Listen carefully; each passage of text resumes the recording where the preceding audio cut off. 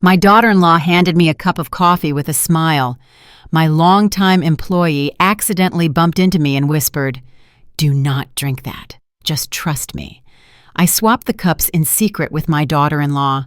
5 minutes later, she collapsed in front of me like a puppet with its strings cut.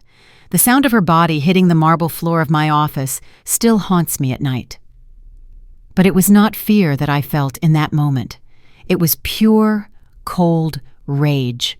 Because as I watched Nyla convulse and vomit on the Persian rug I bought 30 years ago with my first major contract, I knew with absolute certainty that this woman had just tried to destroy me. My name is Zenobia Vance. I am 68 years old, and for 45 of those years, I have built something that very few women of my generation managed to achieve: a textile empire valued at $87 million. But let me take you back to that exact moment, to that Tuesday morning where everything changed. If this story is gripping you, subscribe to the channel so you do not miss any confessions like this, because what comes next, even I did not see coming. It was 10 in the morning. The sun was streaming through the floor-to-ceiling windows of my office, illuminating the fabric samples spread across my mahogany desk. Nyla had arrived by surprise with 2 cups of coffee, and that smile that I, fool that I was, once believed was genuine. "Mother-in-law, dear," she said with that syrupy voice that I now recognize as poison disguised as honey. "I brought your favorite coffee, a cappuccino with cinnamon, just the way you like it." She was wearing a wine-colored power suit, stiletto heels, and perfect makeup. Nyla was always beautiful, I will admit that. But that morning, there was something different in her eyes, a glint, an urgency barely contained. "What a thoughtful detail, sweetheart," I replied, taking the cup in my hands. The aroma was exact: freshly ground cinnamon, creamy foam. "I actually needed something to help me focus. We are signing the papers today." "I know." Her smile widened. "That is why I came. This is a very important day for all of us." I raised the cup to my lips. The heat of the coffee brushed against my skin, and then it happened. Hester, my employee of a lifetime, came rushing in with a tray of documents. She was moving too fast. Clumsily, she collided with my desk with a crash that made the cups rattle. "Oh, Lord, forgive me, Mrs. Vance," she cried out, and in the sudden movement her elbow struck my hand. The coffee spilled over some papers. "I am so clumsy. 1,000 apologies." But as she leaned in to clean up the mess, while Nyla stood up annoyed from her chair, Hester brought her face close to mine for just a second. Her lips barely moved. "Do not drink it, just trust me." My heart stopped. Hester is 61 years old. She has been working with me for 23 years.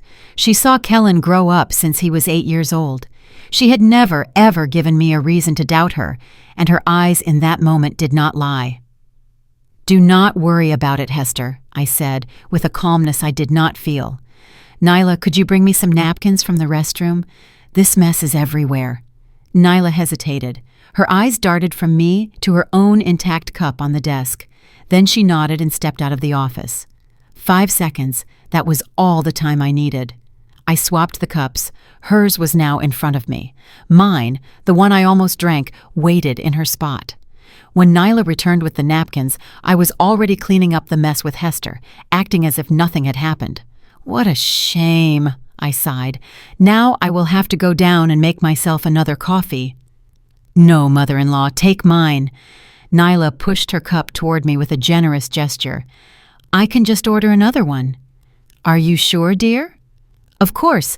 You need to concentrate for the signing." I took the cup that had originally been mine. I drank slowly, watching her over the rim. Nyla waited exactly 3 seconds before picking up hers, the one she had prepared herself, the one she had brought specifically for me. She drank, and I counted. 1, 2, 3. At minute 4, her hand began to tremble. At minute 5, the cup slipped from her fingers. "Mother-in-law,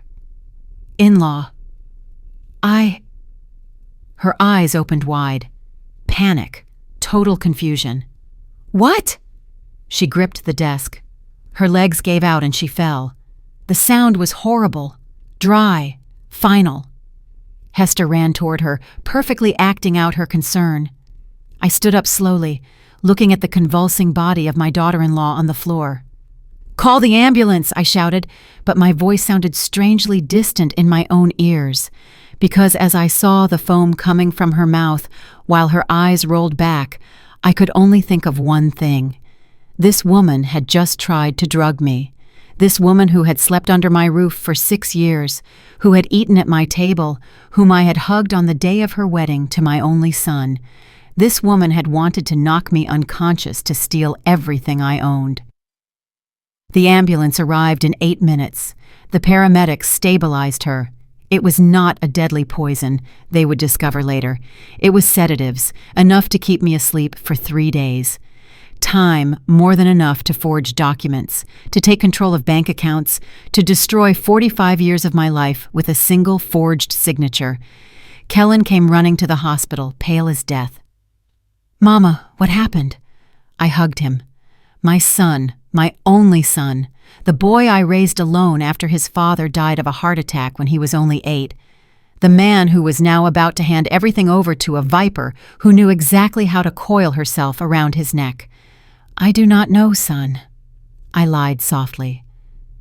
But thank God Hester was there, because in that moment, while I held my son who was shaking with fear for his wife, I made a decision. I was not just going to save my company. I was going to teach Nyla Reed exactly who she had messed with. And what I did to her next, believe me, she never saw it coming. What did I really find out about my daughter-in-law? The truth was even worse than I imagined. Nyla Reed entered our lives on a Thursday in April, 6 years ago. I remember it perfectly, because that day Kellen called me with an excitement I had not heard in his voice since he was a child. "Mama, I met someone special. I want you to meet her." She was 34 when I saw her for the first time. Wavy brown hair down to her shoulders. Honey-colored eyes that knew exactly when to sparkle and when to dampen with tears.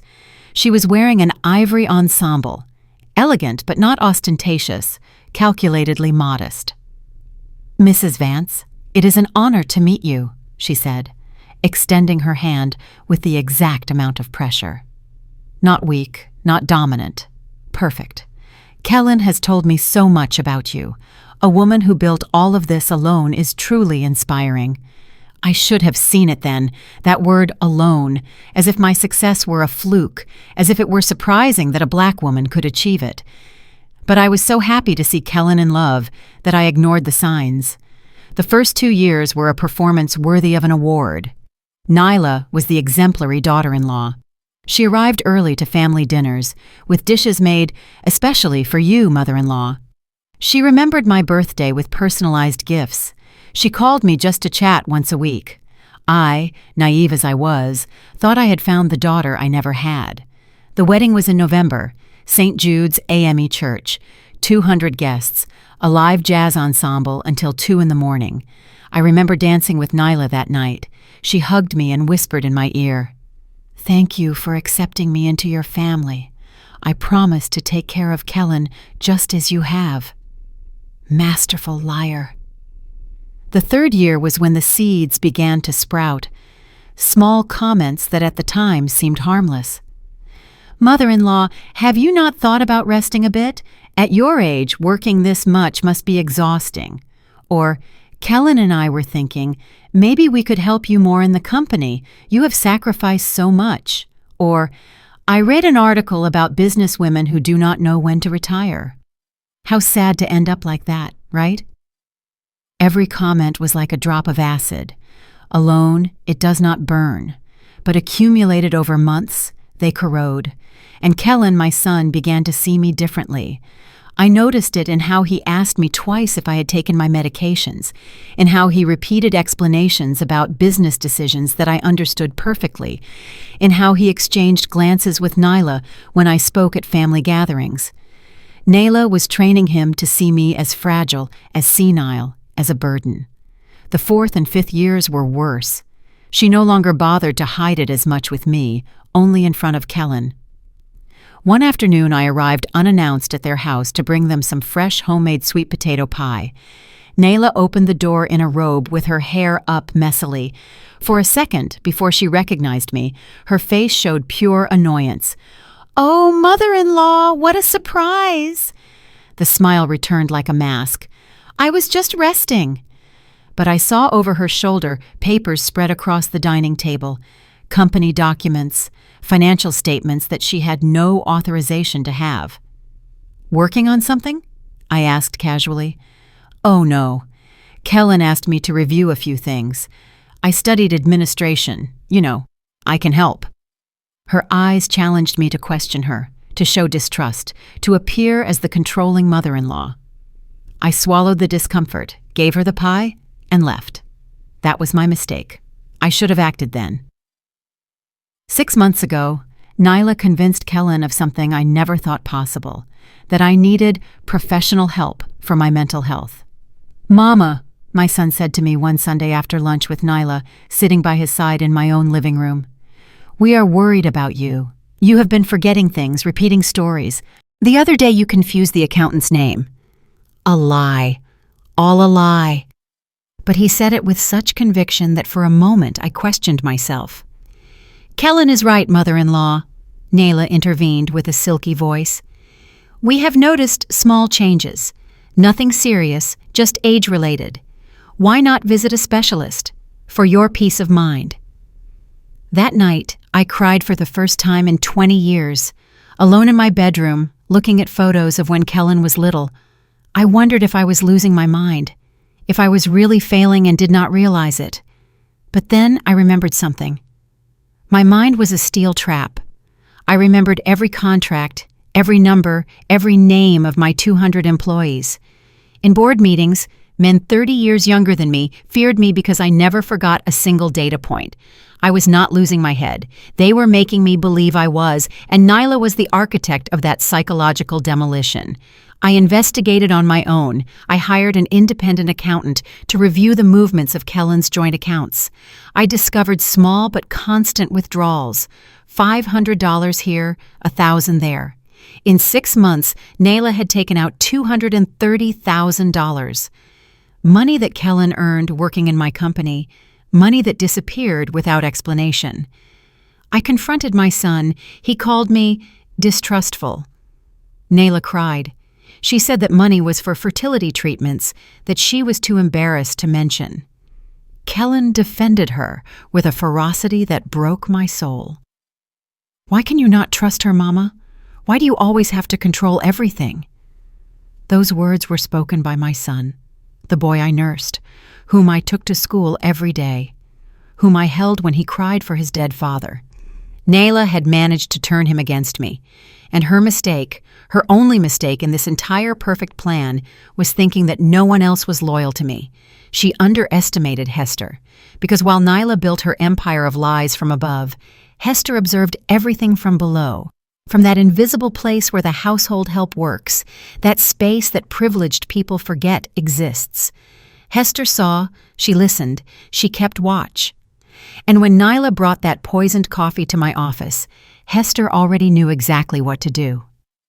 Because a week before, my faithful employee had overheard something that changed everything, a telephone conversation that Nyla did not know anyone was listening to.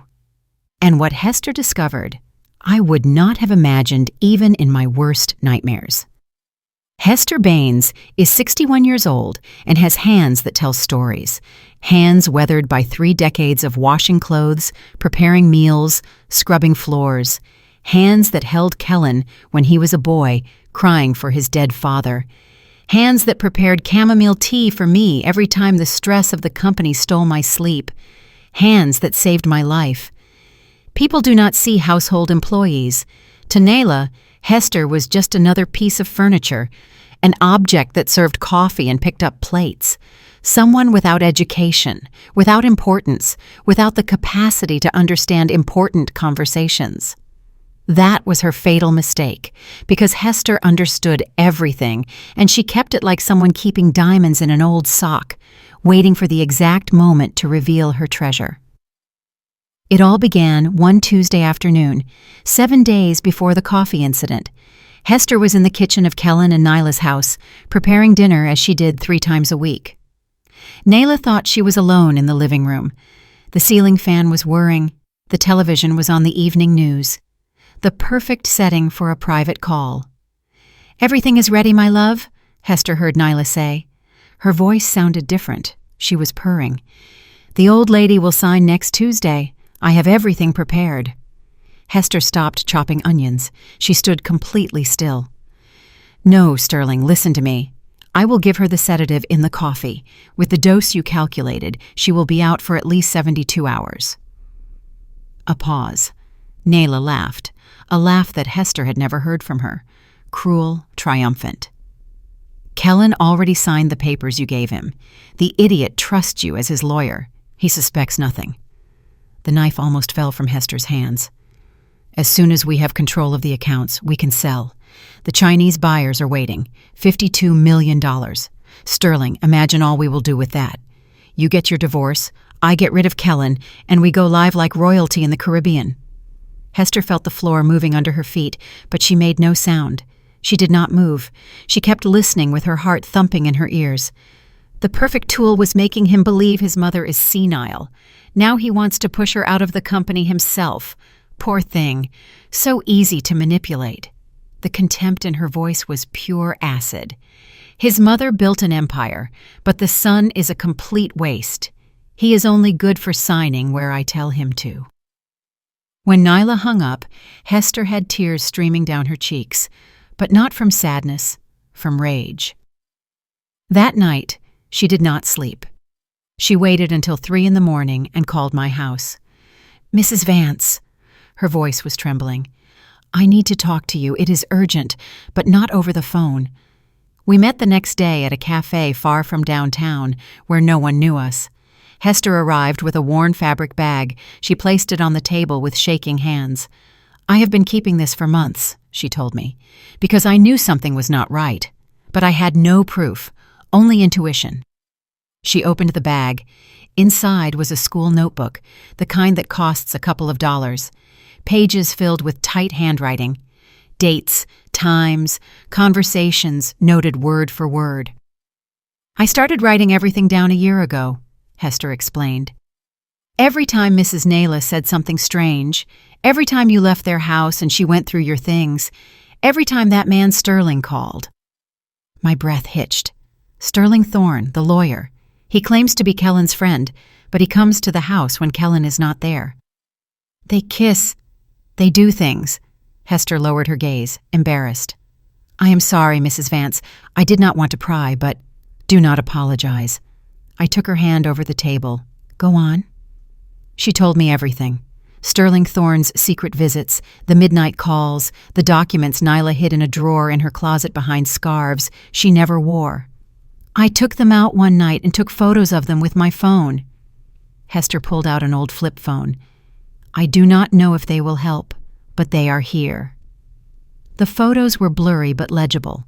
Stock transfer documents, contracts prepared by Sterling Thorne, everything ready to be executed as soon as I signed the handover of my company to Kellen. The plan was perfect. On paper, I would give everything to my son, but immediately after, Kellen would transfer 60% to a shell company controlled by Nyla and Sterling. But that is not all. Hester pulled out her phone again. After listening to her yesterday, I started recording. She pressed play. Nyla's voice filled the space between us. "The old lady will sign next Tuesday. I have everything prepared." I listened to the entire conversation. Every word was a stab. When it ended, I sat staring at the cold coffee in my cup. My hands were shaking so hard I had to let go. "Why?" I whispered. "Why are you helping me like this?" Hester looked at me with those tired eyes that have seen too much. "Because you gave me a job when my husband abandoned me and my 3 children. I was 38 with no education, no references. No one wanted to hire me." Her voice broke. "You paid me more than what was fair. You gave me a double bonus when my son needed surgery. You lent me money without interest when we lost our home in the storm, and never, ever did you make me feel like less for being a housekeeper." Tears ran down my face. "You raised Kellen to be good," Hester continued, "but that woman poisoned him, and I am not going to let her take what you built with your own hands." We hugged in that cafe until the waitress looked at us uncomfortably. For the next 6 days, Hester became my spy. She recorded 3 more conversations. She photographed 22 more documents. She informed me of every one of Nyla's moves.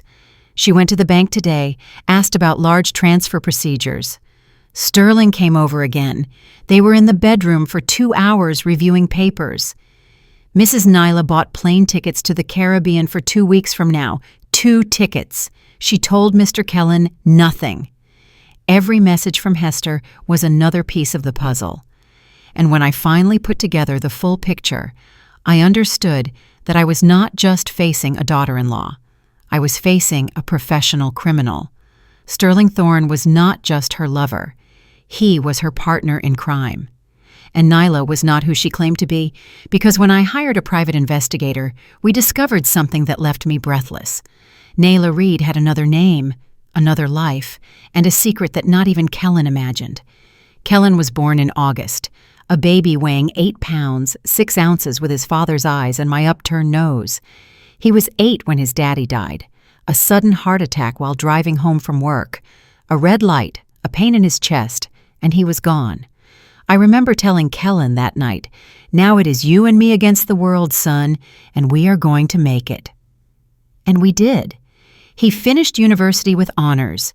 He graduated with a degree in business administration.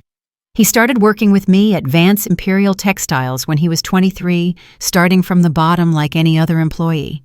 For 19 years, we were the perfect team. I handled strategy and relationships. He supervised operations.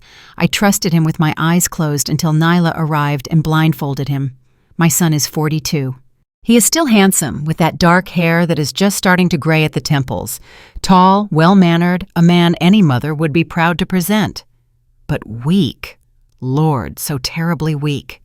And Nyla saw that weakness like a shark smells blood in the water. She wrapped him up with surgical precision. First, it was the physical connection. Kellen confessed it to me once during a dinner, half embarrassed, half bragging. "Mama, I have never met anyone like her. She is intense." Then came the manufactured admiration. Nyla treated him like the king of his castle. "My husband, the successful businessman," she would say in front of friends, "the smartest man I know." She fed his ego until it inflated like a balloon. And when a balloon is too inflated, any prick will pop it. The prick was me. Nyla started subtly. "Honey, do you not think your mama works too much for her age? Have you noticed she has been confusing names lately? I saw a documentary about Alzheimer's. Sometimes it starts like that, with small lapses." Kellen started to look at me differently, with a mix of pity and worry that turned my stomach. One afternoon, 3 months ago, we were in a board meeting. I was explaining the new contract with a hotel chain in Savannah, 50,000 pieces of linens, $8 million. I mentioned the purchasing manager's name. "Richard Mendez is very interested in our Egyptian cotton sheets." Kellen interrupted me in front of everyone.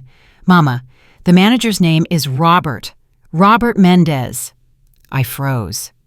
He was right. I had said Richard instead of Robert. A simple error, the kind of confusion anyone has when managing 50 contacts at the same time. But the way Kellen said it was as if he were confirming a diagnosis. I saw Nyla in the corner of the room, smiling just barely, like someone seeing her plan work perfectly.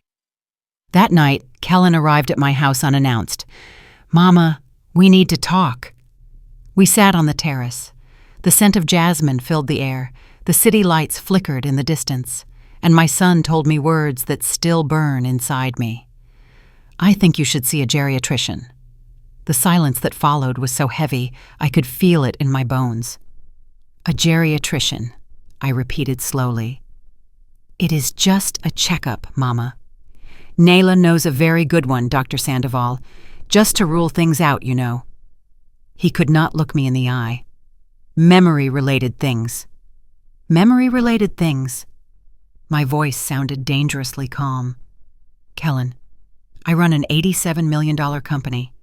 I remember every contract, every number, every decision I have made in 45 years. Yes, but lately, he rubbed his face. That mistake with the manager's name. Last week, you forgot we had a meeting with the suppliers, and Nyla says sometimes you repeat the same stories. Nayla says, the words came out like knives. And what do you say, Kellen? You who have known me since you were born, do you believe I am losing my head? There was a moment, a second, where I saw doubt in his eyes, and that doubt split me in two. I just want what is best for you, Mama.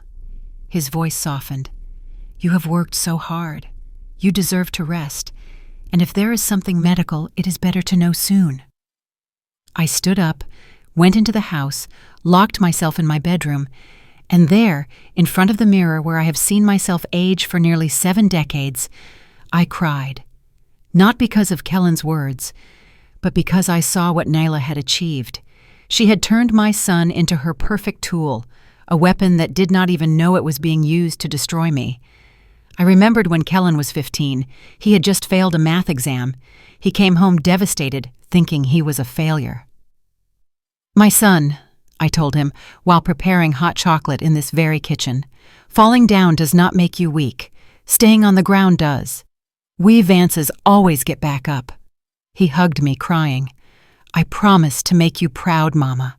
I am always going to take care of you like you take care of me.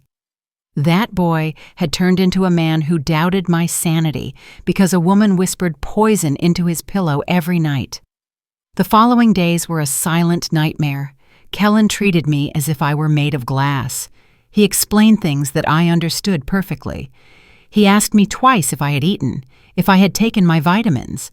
Nayla had trained him to see me as fragile, as terminal, as something that needed to be handled with care before being tucked away on a shelf. And the worst was discovering, thanks to Hester, that Kellen had already signed documents prepared by Sterling Thorne, documents that gave Nyla legal power over medical decisions in case I were declared incompetent.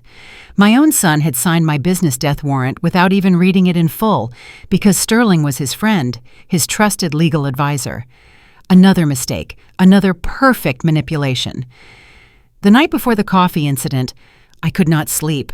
I sat in the living room with a glass of red wine and looked at the photographs on the wall. Kellen at 5 in his first school uniform. Kellen at 12 holding his first soccer trophy. Kellen at 25, the day he signed his first major contract in the company. In all the photos, I was at his side, smiling, proud, present. At what point did I stop being his hero and start being his burden? And then I understood. I was not going to save just my company. I was going to save my son, even if it meant breaking his heart first. Because what I was about to do would shatter him, but it was the only way to open his eyes. Nayla had been in the hospital for 4 hours when Hester arrived at my house. It was 11 at night.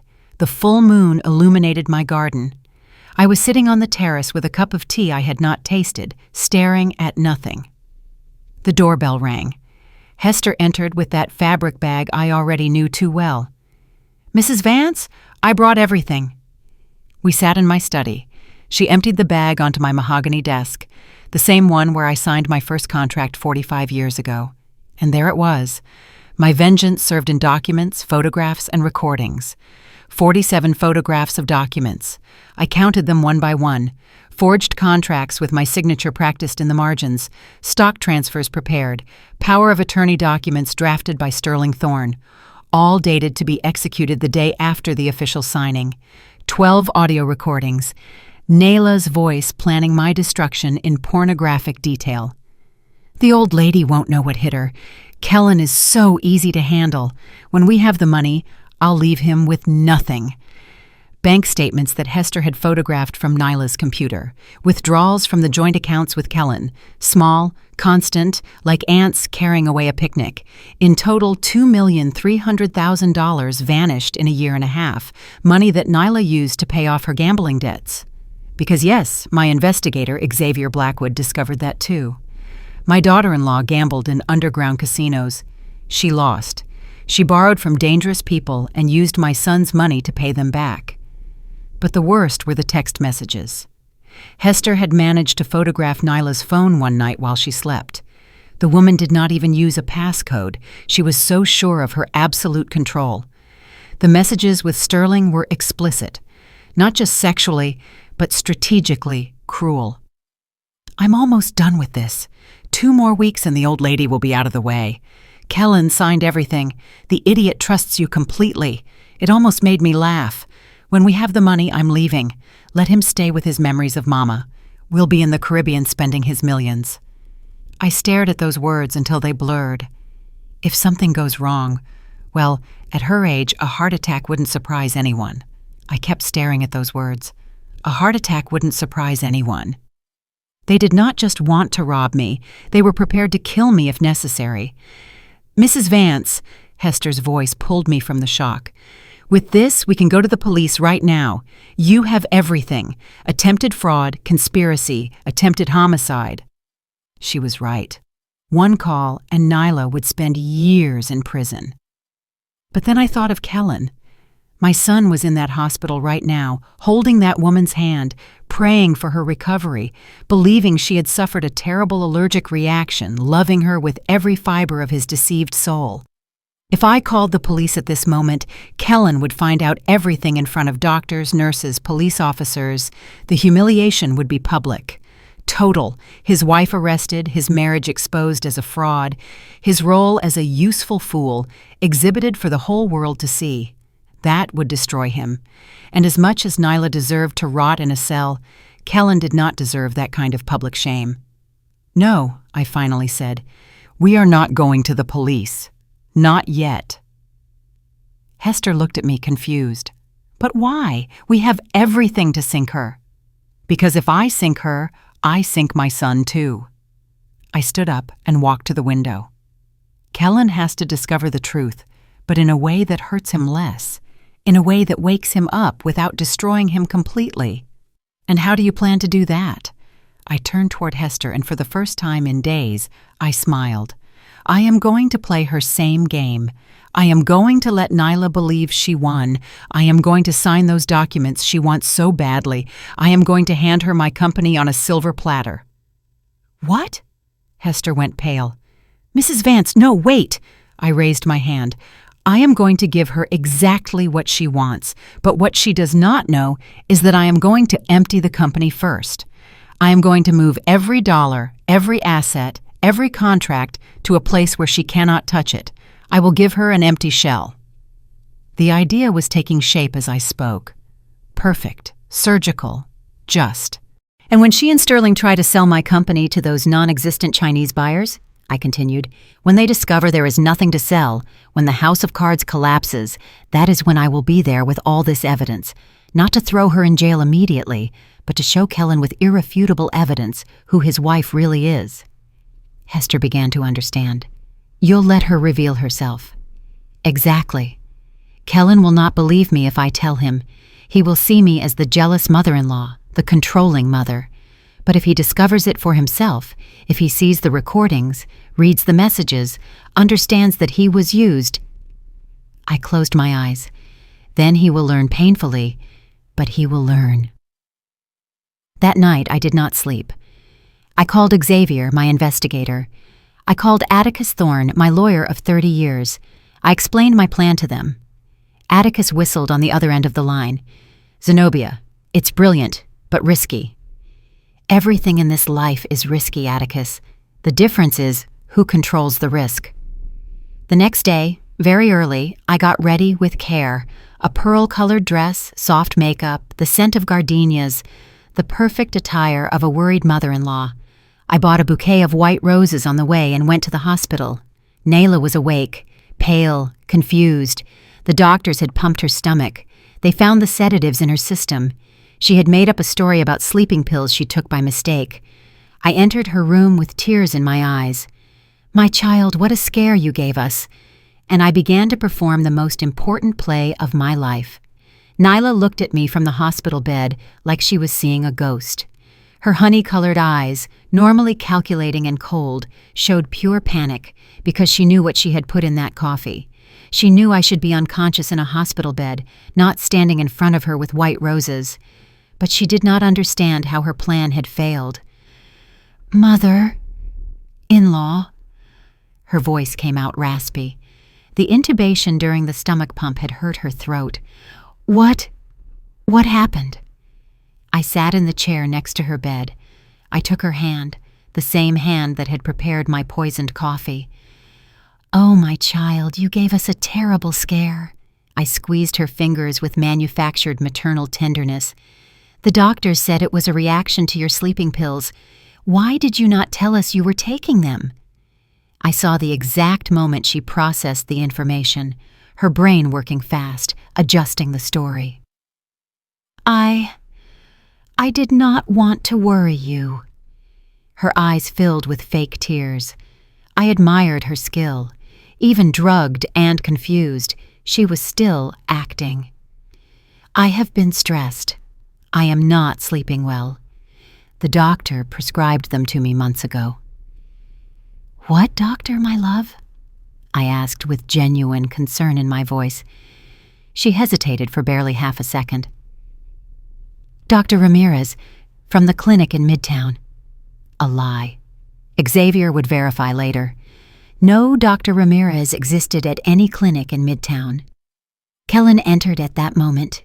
He had spilled coffee on his shirt, a 2-day beard, red eyes from not sleeping. My poor son had stayed at the hospital all night. "Mama," he hugged me tight. "Thank you for coming." "Where else would I be? She is my daughter-in-law." Nayla watched us, trying to understand. Her plan had been perfect. The coffee, the sedatives, the exact dose Sterling had calculated. What had gone wrong? I stayed at the hospital for 3 hours. I played the perfect mother-in-law. I brought homemade chicken soup that Hester had prepared. I adjusted Nyla's pillows. I stroked her hair while Kellen stepped out to talk to doctors. "How do you really feel?" I asked her when we were alone. Her eyes searched mine, trying to read me, trying to see if I knew something. "Confused," she admitted. "I do not remember well what happened. I took the coffee, and then everything went black." "It was my coffee," I said softly. "Hester knocked it over by mistake. You gave me yours." I saw her go even paler under the white hospital sheets. "It was very generous of you, my child, to share your coffee with me." I smiled. Good thing I did not drink it. Who knows what would have happened? The message was clear. She understood it. Her fingers gripped the sheets, but she could say nothing, not without confessing everything. "Rest," I told her, kissing her forehead. "Soon you will be home." I left that hospital knowing I had planted the first seed of doubt in her mind. During the next 3 days, while Nyla recovered, my team worked without rest. Xavier Blackwood, my investigator, was a man in his 50s, ex-police, discreet as a shadow. He handed me a manila envelope in my office at 10 at night on the second day. "Mrs. Vance, this is more serious than we thought." I opened the envelope, and my world caught fire. Nyla Reed was not Nyla Reed. Her real name was Nyla Sanchez Ruiz, born in Chicago. And yes, just as Xavier suspected, she had a record. She had been married before to a businessman in Illinois named Thomas Villalobos. She stole $4 million from him by emptying his accounts and vanished. Thomas never reported her out of shame. He preferred a quiet divorce. But here was the interesting part. Legally, she was still married to him. Her marriage to Kellen was void. Bigamy, a crime that could put her in prison for 6 years. "There is more," Xavier said, pulling out another folder. "The gambling debts. Nayla owes $4,700,000 to an underground casino in East Atlanta. Dangerous people. The kind of people who do not accept excuses. That is why she needed the money urgently." It was not just ambition. It was survival. "And Sterling Thorne?" I asked. Xavier smiled bitterly. "Corrupt lawyer with a record of fraud. It was wiped 5 years ago with money. He is married to a woman named Patricia, 2 kids living in Buckhead." Of course, Sterling was also lying. His plan was to divorce as soon as he had the money from my company. The Chinese buyers? I asked, though I already knew the answer. They do not exist. Sterling made up that story to convince Nyla. In reality, he has contacts with a group of Canadian investors who are interested in buying American textile companies. But the real price would be $35 million, not $52. Sterling planned to keep the difference. I laughed. I could not help it. Scammers scamming scammers. So Sterling was planning to rob Nyla too, I murmured. Honor among thieves does not exist, ma'am. That night, Atticus and I locked ourselves in my office until 4 a.m. We created a new company, Hester's Heritage Textiles. Hester cried when she saw her name on the founding documents. Mrs. Vance, I cannot... Yes, you can and you will, because I am going to transfer all the assets there temporarily. You will be the legal owner until this is over. We transferred everything. The bank accounts, the hotel contracts, the machinery, the intellectual property, the registered trademarks, everything that was worth $87 million moved to the new company in 48 hours. Vance Imperial Textiles remained as a shell, with only $847 in accounts and fake debts that Atticus strategically created so that on paper, the company appeared to be worth much less than its reality. The day Nyla left the hospital, I had already finished my masterstroke. Kellen took her home. I sent them flowers, a fruit basket, the perfect mother-in-law, and I waited. 2 days later, I received the call I was expecting. Mother-in-law, Nyla's voice sounded sweet as poisoned honey. Is the signing for the transfer still on? Kellen and I were thinking, maybe this week? Of course, dear. In fact, I have everything ready. I smiled into the phone. How about Thursday in my office at 10 a.m? Perfect. We will be there. I hung up and looked out the window of my office. The city stretched out under the midday sun, 45 years building this empire, and I was about to give it to the woman who tried to destroy me. But she did not know I was giving her a trap, and when she signed those documents, her countdown would begin. Thursday dawned with a completely clear sky. I woke up at 5 a.m, not from the alarm, but because my body knew it was the day. I prepared a coffee in the kitchen, the same one I have taken for 30 years. No sugar, black, bitter, like the lesson I was about to teach. Hester arrived at 7. She brought fresh biscuits and worried eyes. Are you sure about this, Mrs. Vance? I have never been more sure of anything in my life. I dressed with care. A dark gray power suit, the pearl necklace my husband gave me on our 10th anniversary, discreet earrings, impeccable makeup. I wanted to look like what I am, a businesswoman who built an empire, not a victim. I arrived at my office at 8:30. Atticus was already there. On my desk rested 2 sets of documents, identical in appearance. One was real. It transferred 60% of Vance Imperial Textiles to Kellen. The other was the trap. It transferred 60% of a company that no longer existed as an operational entity, a legal shell with no value. The notary? I asked. The fake one will arrive at 9:45. He is an actor I hired. Atticus smiled sadly. He looks incredibly like the real notary. Sterling will never notice the difference until it is too late. And the real notary is waiting in my office with the real documents, just in case you change your mind and want to proceed legally. I was not going to change my mind. At 9:30, Sterling Thorne arrived.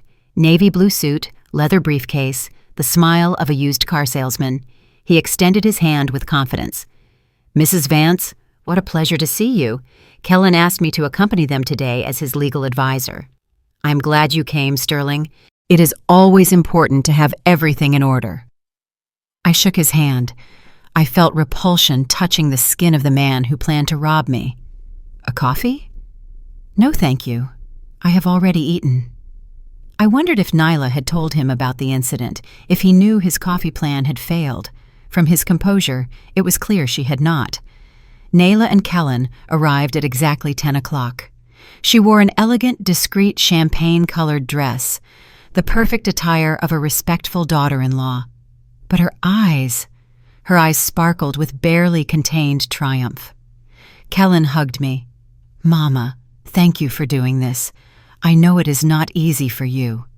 Nothing worth doing is easy, son. I kissed his forehead. But you are ready. I have known it for a long time. A white lie, but a necessary one. We sat around the boardroom table, the same one where I closed my first $1 million contract. The same one where I decided the future of 200 employees. The same one where I now pretended to hand everything over. The fake notary arrived exactly at 10:15, calculated to appear professionally late. Excuse the delay. Traffic on the expressway was terrible. Sterling examined him briefly. He noticed nothing. Why would he? He expected to see a notary, and he saw a notary. Very well, the actor said with the bored tone of a bureaucrat. Let us proceed with the transfer of stock for Vance Imperial Textiles. He opened his briefcase and pulled out the documents Atticus had prepared, 43 pages of legal language. Mrs. Zenobia Vance confirms she voluntarily transfers 60% of the shares of her company to her son, Kellen Vance. I confirm it. My voice did not tremble even a bit. Mr. Kellen Vance, do you accept this transfer with full knowledge of the responsibilities it entails? Kellen swallowed hard. I accept. Nyla squeezed his hand. I saw her whisper something in his ear. Probably, "You're doing great, love." I need everyone present to sign as witnesses, the fake notary continued. Sterling signed first with that arrogant confidence of someone who believes they have everything under control. Nyla signed second. I saw how her fingers trembled slightly over the pen. Emotion, anticipation, victory. Kellen signed third with a mix of pride and nervousness that broke my heart. And I signed last. My name flowed over the paper with the same firmness I have used for 45 years. Zenobia Vance Mendoza. Done. The notary sealed the documents with his fake stamp. The transfer is official. Congratulations, Mr. Vance. You are now the majority owner of Vance Imperial Textiles. Kellen looked at me with glowing eyes. Mama, I'm proud of you, my son. And that part was true. I was proud of the man he could be once he woke up from this nightmare. I opened a bottle of champagne I had prepared. We poured glasses. To new beginnings, Nyla said, raising her glass with a smile that did not reach her eyes. To family, Kellen added. To the truth, I said, which always comes to light. Sterling looked at me strangely for a second, but he let it pass. They left an hour later. Kellen radiant, Nyla triumphant, Sterling satisfied. When the door closed, Atticus let out the breath he had been holding. They did it well. Now the second part begins, I said, returning to my desk. How long do you think it will take them to try to move the money? With the urgency Nyla has for her debts, I would say less than 72 hours. He was right. 2 days later, a Friday morning, Xavier called me. Nyla tried to access the main accounts of Vance Imperial Textiles 20 minutes ago and discovered there is only $847. I leaned back in my chair, closed my eyes, and smiled. What did she do? She called Sterling, screaming. I am listening to the recording now. She says you tricked them, that you moved all the money, that the company is empty, and Sterling panicked.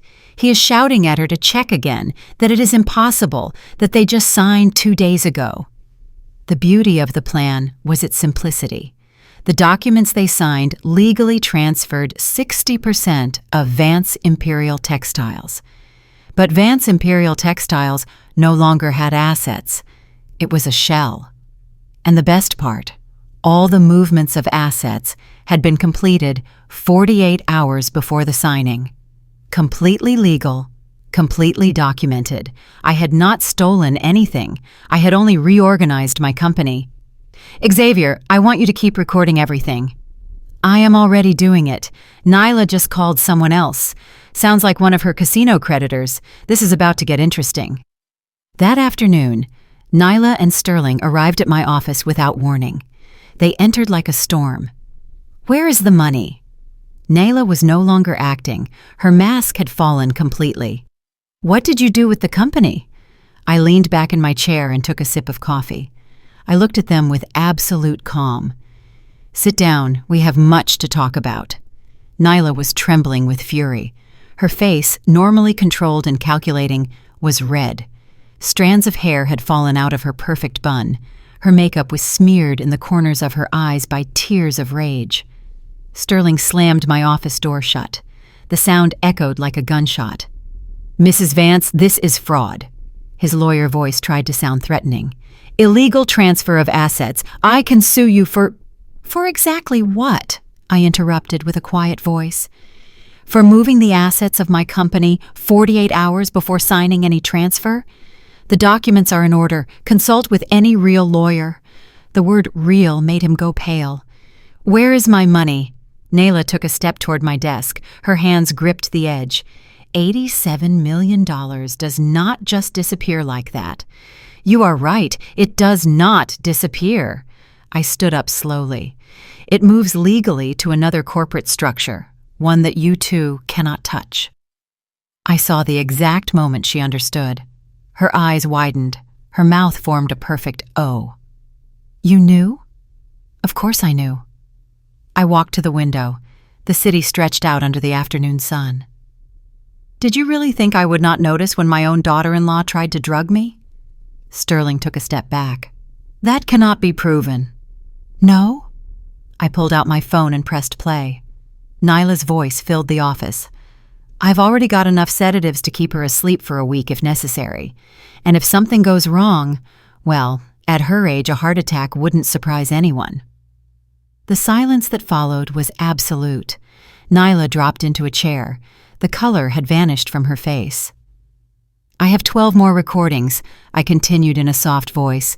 47 photographs of documents, bank statements that show how you stole $2,300,000 from my son's accounts.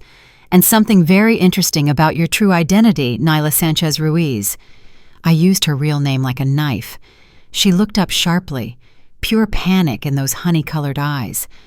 How did I discover you are still legally married to Thomas Villalobos from Chicago? How did I know about the $4 million you stole from him? Or are you referring to how I discovered your gambling debts for $4,700,000 with people who do not accept excuses? Every word was a bullet, and I saw them hit. Sterling turned toward Nyla. "You are married to someone else?" That was years ago. It means nothing." "It means your marriage to Kellen is void." Sterling raised his voice. "Bigamy? 6 years in prison. What did you get me into?" And there it was, the moment I had been waiting for. The thieves turning on each other. "What did I get you into?" Nyla stood up suddenly. "You're the one who made up the story about the Chinese buyers. You're the one who was planning to keep $17 million in difference without telling me." Sterling went stiff. "I do not know what you are talking about." "The Canadian investors, Sterling. I know the real price is $35 million, not $52. Did you think I would not find out?" I leaned against my desk, enjoying the show, two snakes biting each other. "Both of you are pathetic," I said finally. "Planning to rob me, planning to rob each other, and now you have nothing, except enough evidence to put you both in jail." Sterling regained some composure. "You cannot prove any of that in court." "No?" I smiled. Attempted fraud, conspiracy, forgery of documents prepared by a corrupt lawyer with a wiped record. Oh, Sterling, your wife Patricia knows where you are right now. Your 2 children know that Daddy was planning to abandon them for stolen money. I saw him swallow hard. "Here is what is going to happen," I continued. "You are going to walk out of my office, you are going to wait, and you are going to pray that I decide to be merciful." "What do you want?" Nyla whispered. All her arrogance had vanished. She was just a desperate woman with massive debts and a destroyed plan. "I want my son to know the truth. Not from me. From you. Never." Sterling shook his head. "Kellen believes us. He trusts us." "For now." I stepped closer to them. "But lies have short legs, and you two are about to trip." Nyla began to cry. Real tears this time. Not acting. Tears of panic. "I have a week to pay those people from the casino," she sobbed. "They are going to kill me. Literally." It was not an exaggeration. "You should have thought about that before gambling money you did not have. Please. She knelt. She actually knelt in front of me. Help me. I will give you everything back. I will sign whatever you want. I just need that money. The woman who planned to drug me, who called me the old lady, who used my son as a tool, now she was on her knees pleading. I felt nothing, neither satisfaction nor pity, just the cold recognition that this was justice. Get up, I ordered. I will not help you, but I will not call the police yet either. Why? Sterling asked with distrust. Because first I want Kellen to see this, all of this, with his own eyes. My phone rang at that moment. It was Xavier. Mrs. Vance, Kellen just left a meeting with the bank.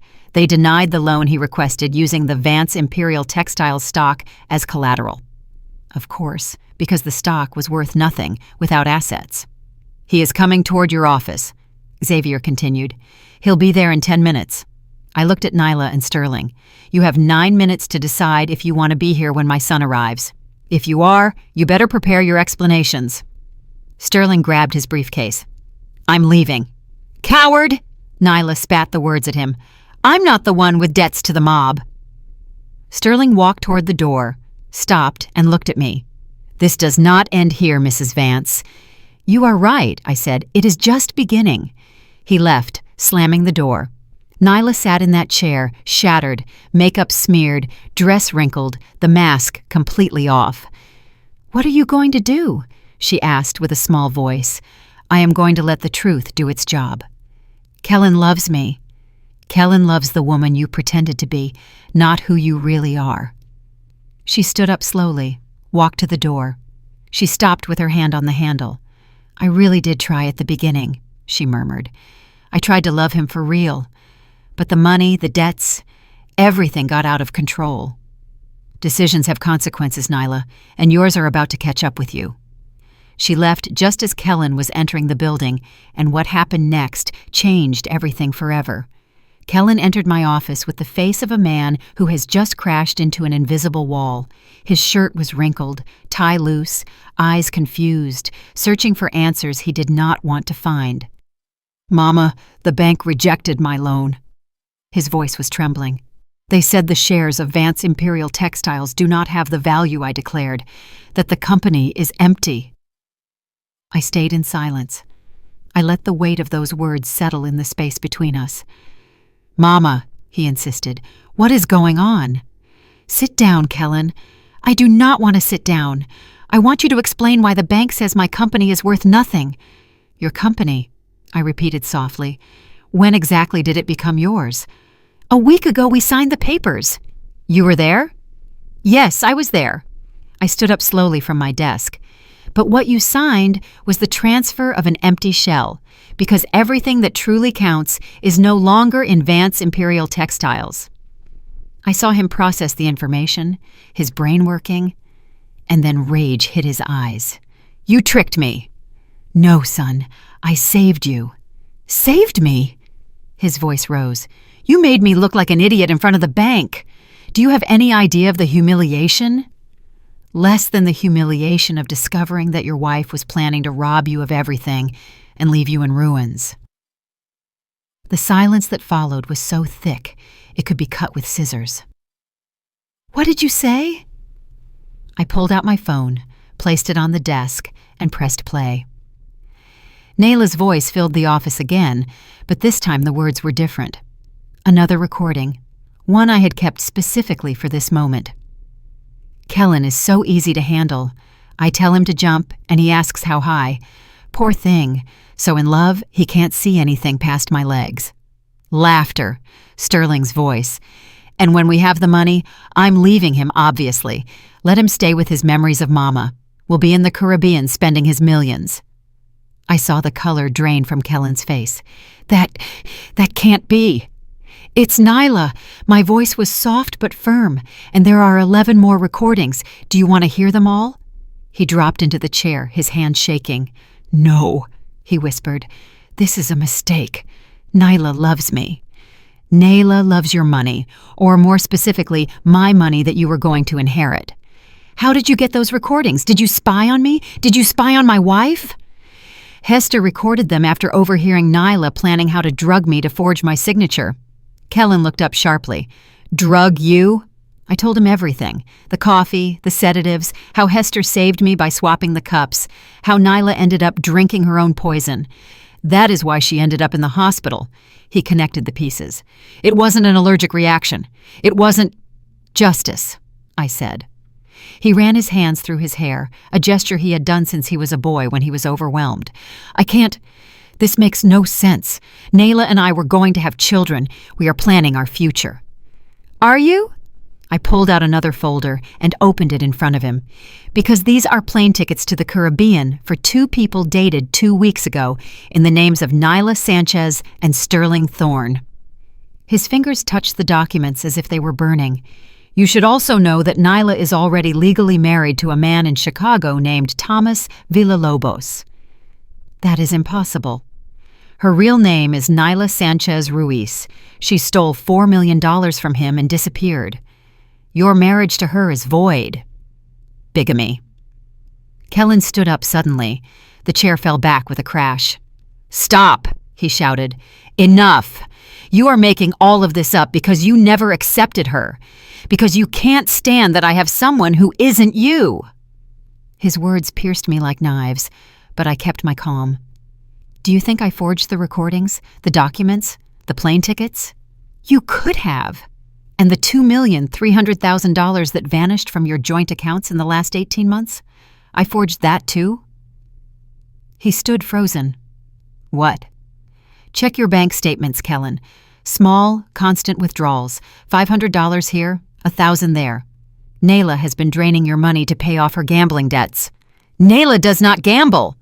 Nayla owes $4,700,000 to an underground casino in East Atlanta. Dangerous people who threatened her with death if she does not pay this week. He pulled out his phone with trembling hands, opened his banking app, and checked. Minutes passed while he scrolled through the screen. Checking. Verifying. His face fell apart with every transaction he found. I did not know, he murmured finally. She said that money was for fertility treatments. Another lie. Nyla cannot have children. She had a tubal ligation 6 years ago before she even met you. That was the final blow. Kellen dropped his phone, covered his face with his hands, and cried. My son. My only son. Crying like the 8-year-old boy who lost his father. I stepped closer, put my hand on his shoulder. He pulled away. Do not touch me. His voice came out choked. I need to talk to her. She will explain. Explain what exactly? How she plans to explain the recordings, the documents, her other marriage? I do not know, Mama, but I need to hear it from her. I need to give her the chance to lie to you again. My voice hardened. Kellen, wake up. She used you. She manipulated you. She turned your love into a weapon against yourself.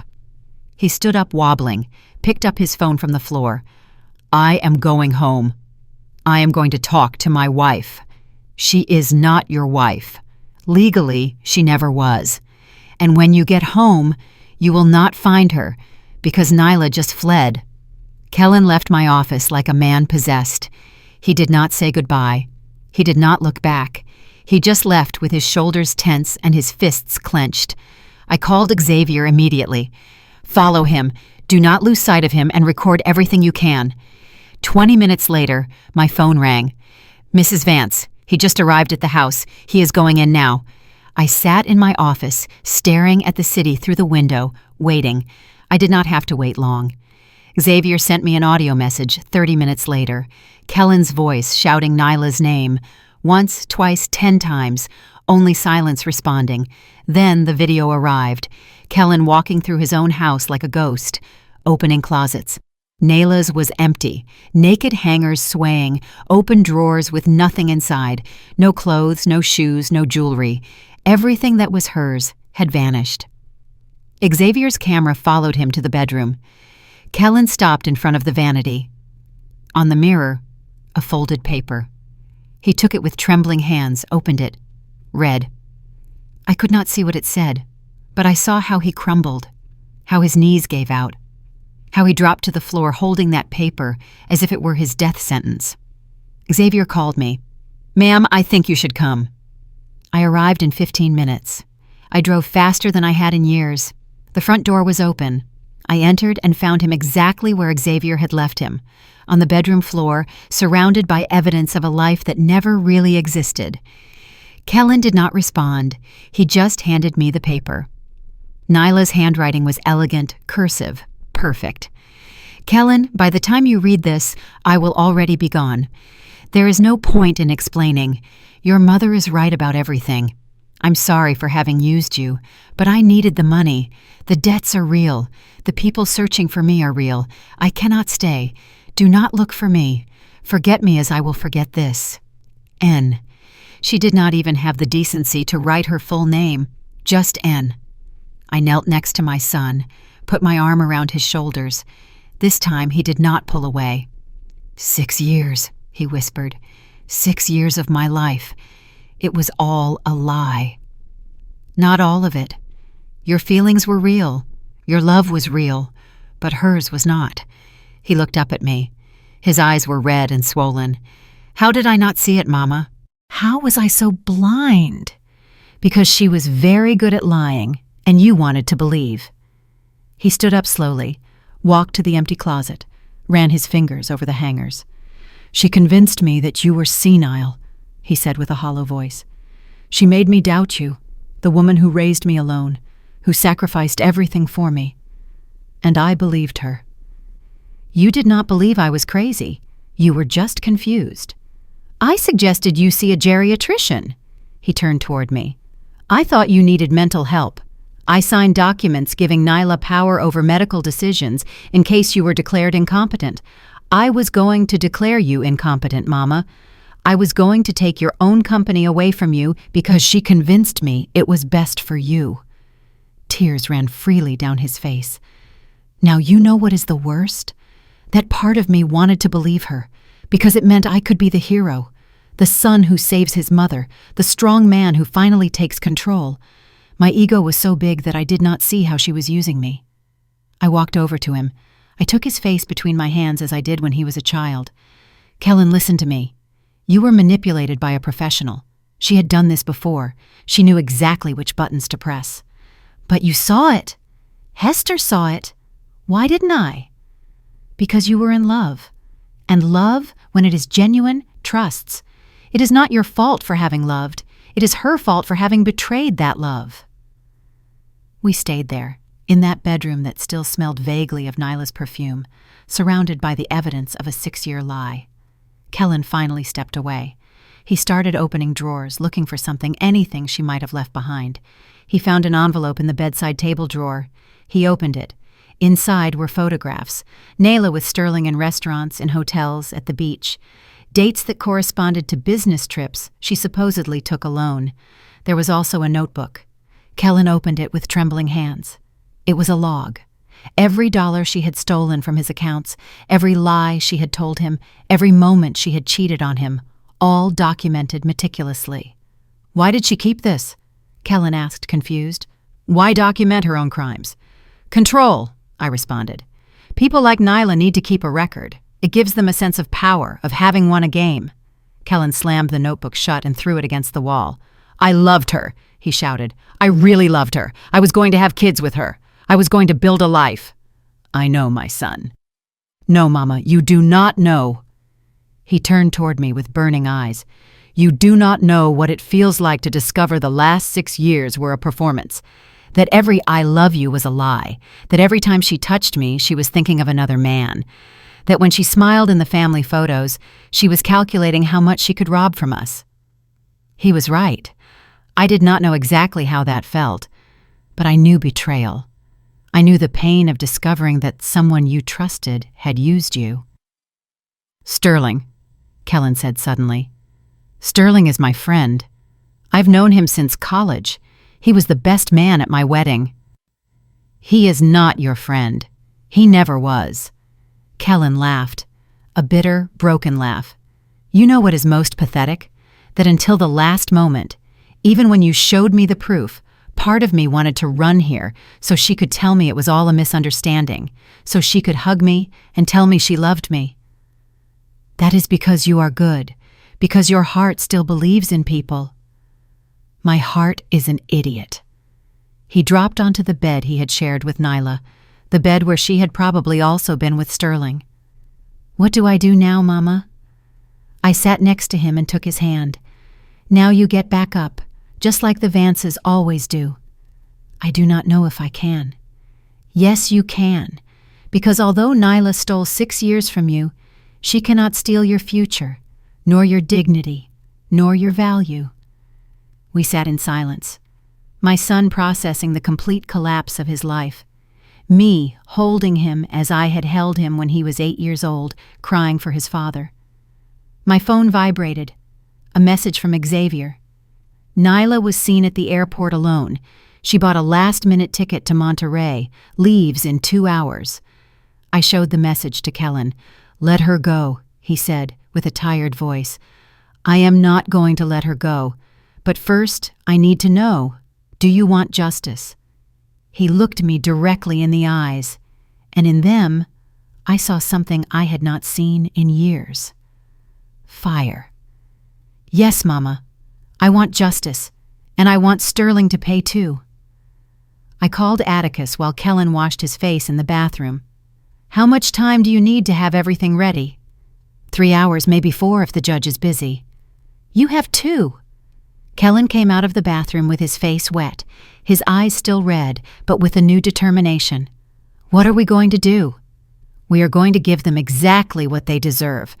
But I need you to be sure. Once we start this, there is no turning back. I am sure. His voice did not tremble. I want them both to pay. Xavier met us at Kellen's house 30 minutes later. He brought 2 suitcases. Everything we need, he said, putting them on the dining table. Recordings, photographs, bank documents, evidence of bigamy, Sterling's history, all of it. Kellen opened one of the suitcases. His hands touched the documents like someone touching evidence of his own death. There's more, Xavier continued. Nyla isn't going to Monterey. That was a distraction. She bought another ticket to Chicago, leaves in 90 minutes. And Sterling? He's in his office packing. His secretary says he requested emergency leave for 2 weeks. He also has a flight tonight. Of course, the cowards fleeing in opposite directions. Did they cancel the Caribbean tickets together? Kellen asked. 3 hours ago, when they realized the plan collapsed, each one decided to save themselves. Kellen laughed without humor. Even in this, they betrayed each other. My phone rang. Atticus. Zenobia, it's ready. The judge authorized the warrants. We have 2 patrol cars waiting for your instructions. Perfect. Send one to the airport. Terminal 2, Gate 47. Nayla Sanchez-Ruiz has a flight to Chicago that leaves at 7:20. The other to the corporate building downtown. 12th floor, offices of Thorne and Associates. The charges for Nyla: aggravated attempted fraud, forgery of documents, bigamy, and theft. For Sterling, conspiracy to commit fraud, forgery of documents in the capacity of an attorney, and... I paused. Illegal practice of the profession. Xavier found that his license was suspended 2 years ago for unethical conduct. He has been operating illegally. I heard Atticus whistle on the other side. Those are years of prison for both. I know. Kellen was looking at me with a mix of pain and dark satisfaction. Do you want to be present when they arrest them? I asked him. He thought for a moment, then he shook his head. To Nyla. No, I do not want to. I cannot see her now. But Sterling? His eyes hardened. Sterling, I do want to see. We arrived at the corporate building downtown at 6:45 in the evening.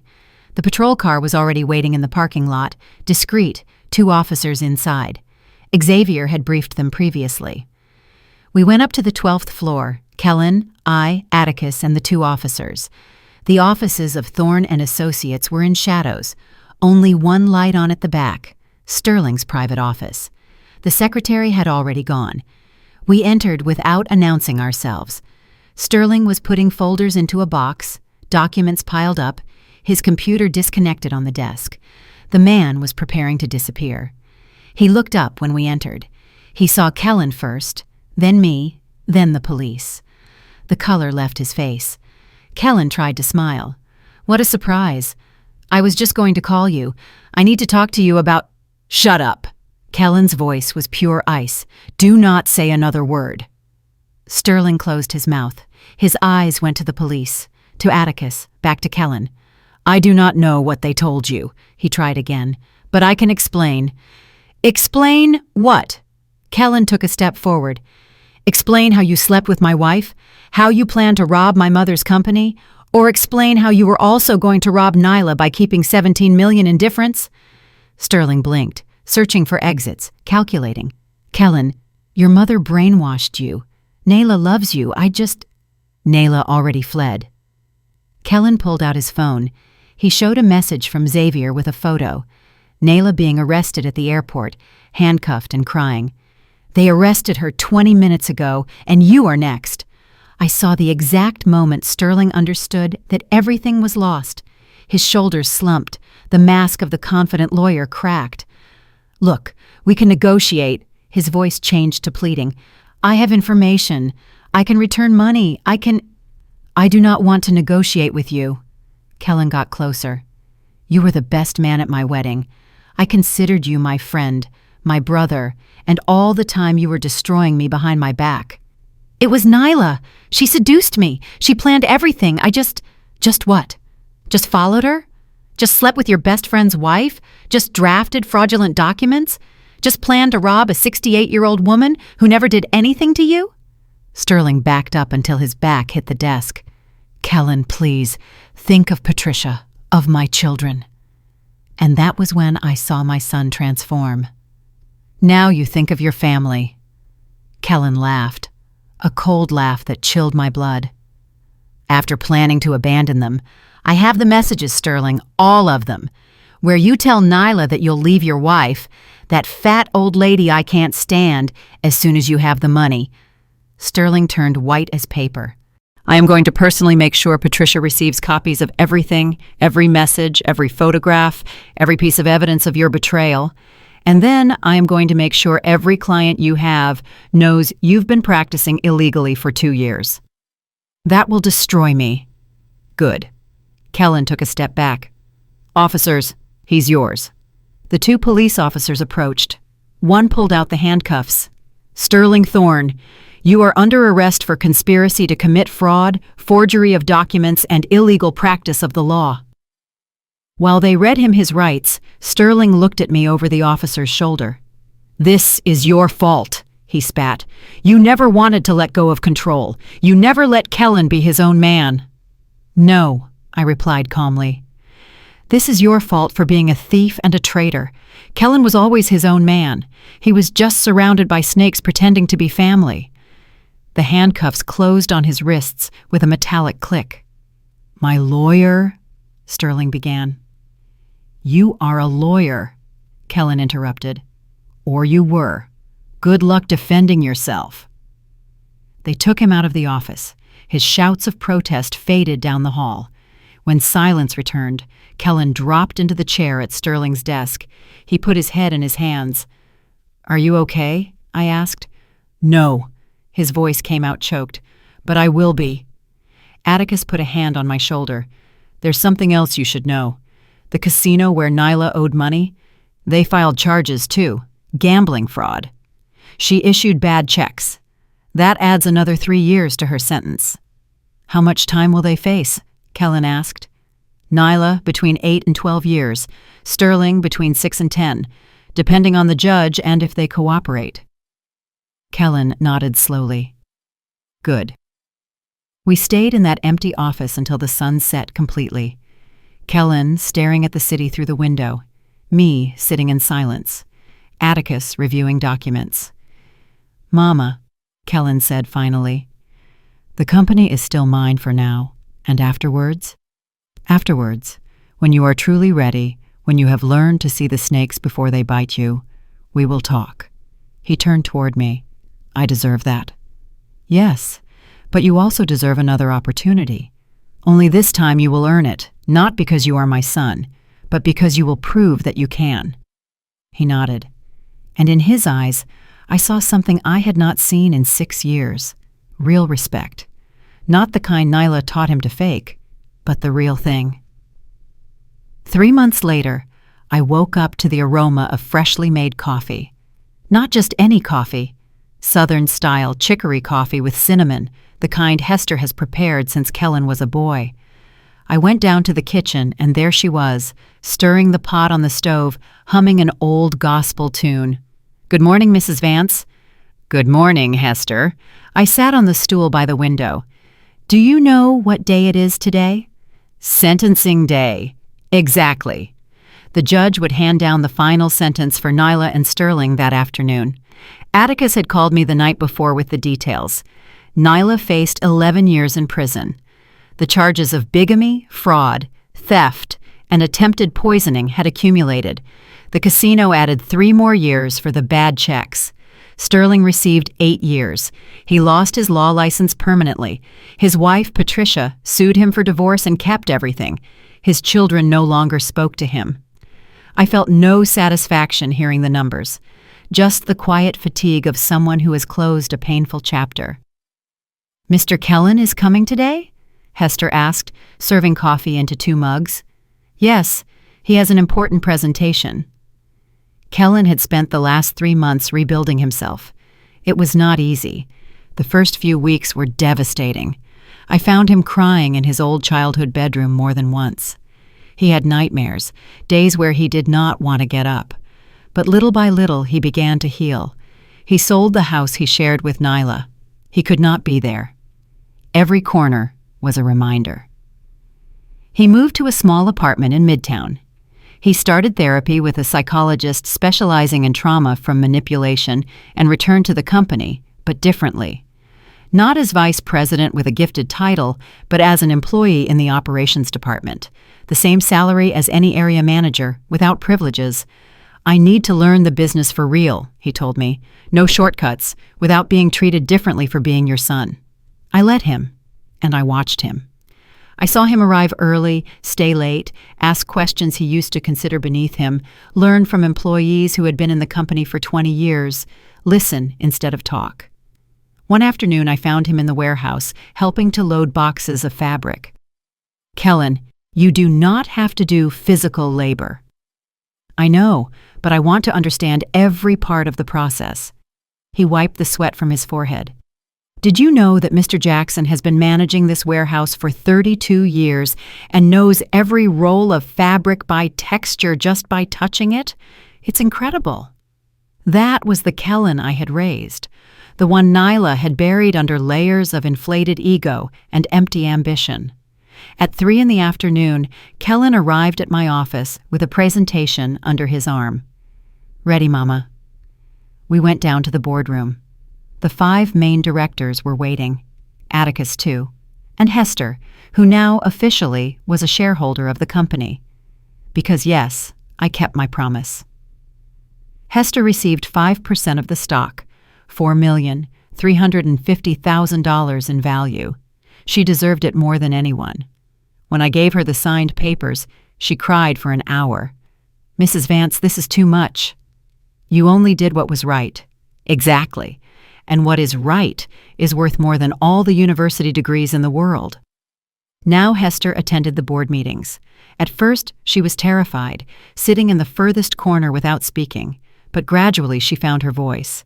It turned out that a woman who spent 30 years observing, listening, and understanding human dynamics had valuable insights about the business. "Ladies and gentlemen," Kellen began, opening his presentation, "during the last 3 months, I have analyzed our operations. I identified 5 areas for improvement that could increase efficiency by 22% and reduce costs by 15%. He spent the next hour presenting with data, with charts, with concrete proposals, without ego, without pretension, just solid work. When he finished, the directors applauded. One of them, Mr. Abernathy, who had worked with my husband 40 years ago, stood up. "Kellen, this is excellent. Finally, I see your father's son in you." I saw my son struggle against tears. After the meeting, Kellen and I were left alone in my office. "You did well," I told him. "Thank you." He hesitated. Mama, I need to tell you something. Tell me. These 3 months have been the hardest of my life. Losing Nyla, discovering the betrayal, facing my own stupidity. He took a deep breath. But they have also been the most valuable, because finally I understand. What do you understand? That I was never ready to run this company, not because I wasn't capable, but because I hadn't suffered, I hadn't fallen, I didn't know what it truly cost to build something. He stood up and walked to the window where I had stood so many times looking at this city. You built this from scratch, alone, a widow at 32 with an 8-year-old boy, without help, without shortcuts. And I wanted to inherit it as if it were a birthday gift, without earning it, without understanding it. Kellen. No, Mama, let me finish. He turned toward me. I know I'm still not ready, maybe I won't be for years, but now I know what I didn't know before, that true power doesn't come from a title, it comes from respect. And respect is earned with work, with integrity, with getting up every time you fall. I walked over to him and put my hands on his shoulders. Do you know what is the hardest thing about being a mother? What? Seeing your child suffer, being able to avoid it, and not doing so because you know that suffering is the only thing that will make him grow. His eyes filled with tears. Did you know from the beginning that Nyla was going to destroy me? I did not know exactly what she would do, but I saw the signs. I saw how you were changing. And yes, I could have intervened earlier, but then you would never have learned to see for yourself. It was brutal. I know, and I am sorry. But look at you now. You are the man I always knew you could be. We hugged, a long hug that healed months of pain. That night, Hester, Kellen, and I had dinner together at my house. Soul food, collard greens, cornbread, and sweet tea. Let's toast, I said, raising my glass, to the women who get back up no matter how many times they want to knock them down, to the men who learn from their mistakes, and to true family, which isn't always about blood, but about loyalty. We clinked our glasses. Kellen smiled. The first genuine smile in months. You know, Mama, I think Nyla did me a favor. How? She took the blindfold off. She showed me who I really am when everything collapses, and I discovered there's still something solid inside. Hester wiped her tears with her apron. You two are my family, she said with a broken voice. More than blood. You are my heart. After dinner, I prepared coffee, the same coffee that almost cost me everything. I served it in 3 cups, and this time when we drank, there was no poison, no betrayal, just the bitter and comforting taste of the truth. Because I learned something in these months. Life puts you to the test constantly. It sends you snakes disguised as family. It offers you poisoned coffee with sweet smiles. It makes you doubt yourself when you most need to trust. But if you have your eyes open, if you listen to those who truly love you, if you get back up every time you fall, then the snakes reveal themselves. And when they do, you do not need violent vengeance, only quiet justice. Nyla wanted to drug me to steal my life. She ended up drugging herself with her own ambition. Sterling wanted to use his intelligence to scam. Now he uses it to survive in prison. I did not need to destroy them. I only needed patience, because the truth, sooner or later, always comes to light. Just like that coffee I swapped that morning. What you sow, you reap. Did you like the story, and which city are you listening from? Thank you so much for your sweet support. I'm looking forward to your comments on the story. On the screen, you can see 2 new life stories that I highly recommend. There's so much more on my channel. Don't forget to subscribe. See you in the next life story with love and respect.